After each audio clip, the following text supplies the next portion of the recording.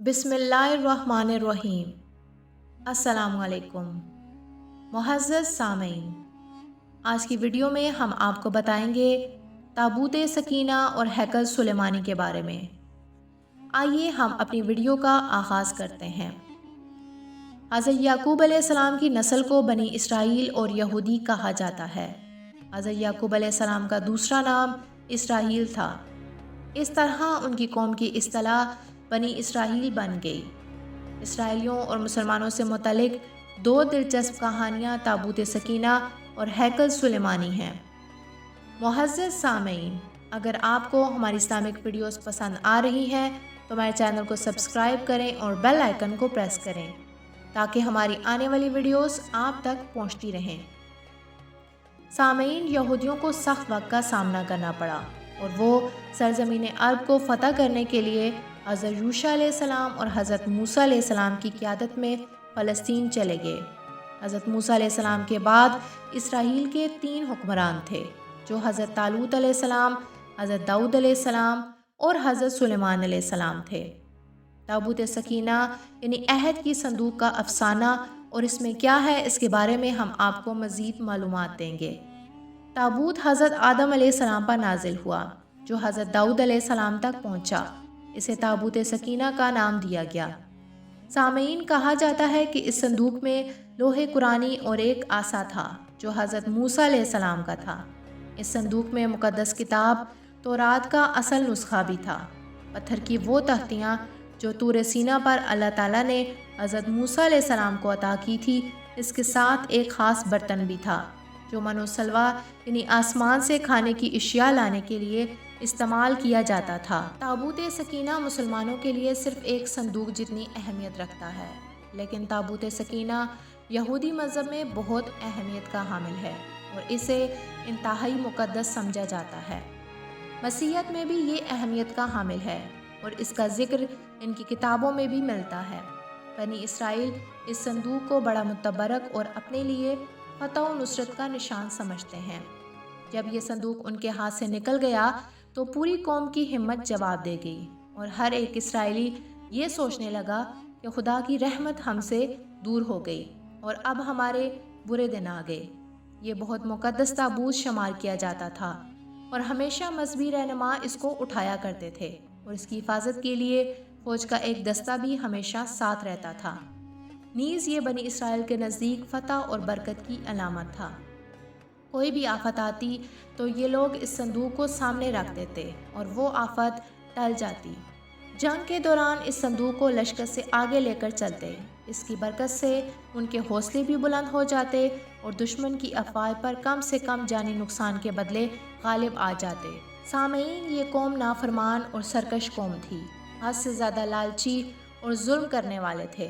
जब बनी इसराइल अल्लाह के अहकामात की नाफरमानी करने लगे और खुल्लम खुला वो काम करने लगे जिनसे अल्लाह ने उन्हें मना किया था, एक जंग के दौरान जालूत उन पर गालिब आ गया और उन्हें शिकस्त का सामना करना पड़ा और संदूक भी वो अपने साथ ले गया।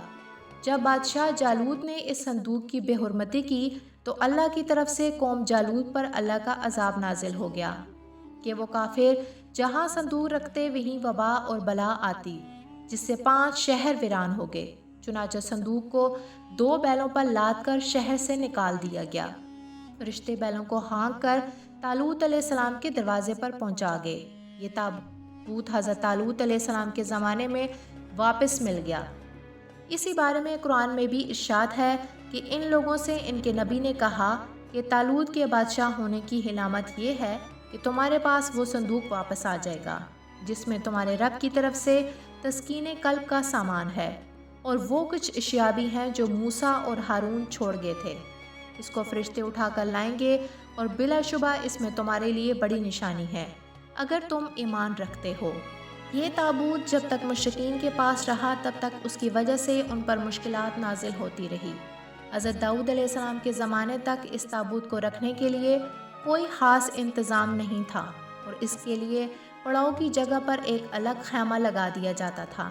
हज़रत दाऊद अलैहिस्सलाम ने खुदा के हुक्म से खुदा का घर बनाना शुरू किया जो ऐन उस मकाम पर है जहां आज मस्जिद अक्सा मौजूद है। लेकिन ये आलीशान घर آپ کے بیٹے حضرت سلیمان کے عہد میں مکمل ہوا اور اس کو ہیکل سلیمانی کے نام سے جانا جاتا ہے۔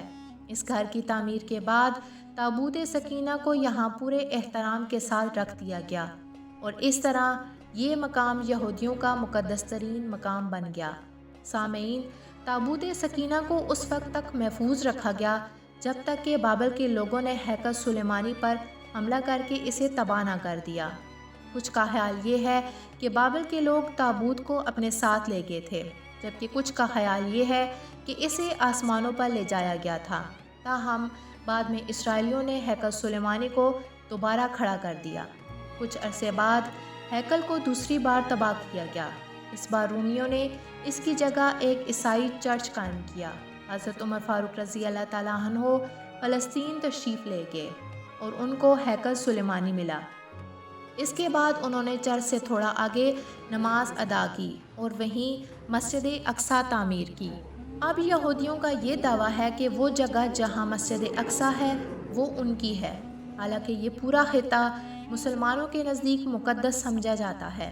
یہودیوں کا خیال یہ ہے کہ ہیکل سلیمانی کو دوبارہ بنانے کے لیے مسجد کو قربان کرنا ضروری ہے۔ یہودیوں کا یہ بھی ماننا ہے کہ ہیکل کی باقی ماندہ دیوار، جہاں ایک دروازہ بھی موجود ہے، قیامت سے پہلے ان کے بادشاہ کے لیے راستہ ہموار کر دے گا۔ اس لیے وہ اپنے لوگوں کو دروازے کے سامنے دفن کر دیتے ہیں۔ انہیں یقین ہے کہ جب ان کا بادشاہ دروازے سے باہر نکلے گا تو اس کے پیچھے تمام مردے زندہ ہو جائیں گے۔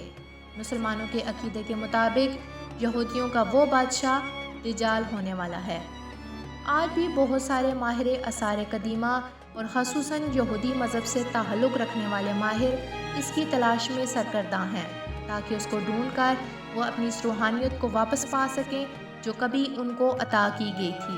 تابوت سکینہ کی موجودہ جگہ کے بارے میں مختلف لوگ قیاس آرائیاں کرتے رہتے ہیں۔ کچھ کے نزدیک اس کو افریقہ لے جایا گیا۔ ایک مشہور ماہر آثار قدیمہ ران وائٹ کا کہنا ہے کہ یہ مشرق وسطیٰ میں موجود ہے، اور کچھ لوگوں کے مطابق اس کو ڈھونڈنے کی کوشش انگلینڈ کے علاقے میں کرنی چاہیے۔ بہرحال کوشش جاری ہے، لیکن تاحال انہیں ناکامی کا سامنا ہے۔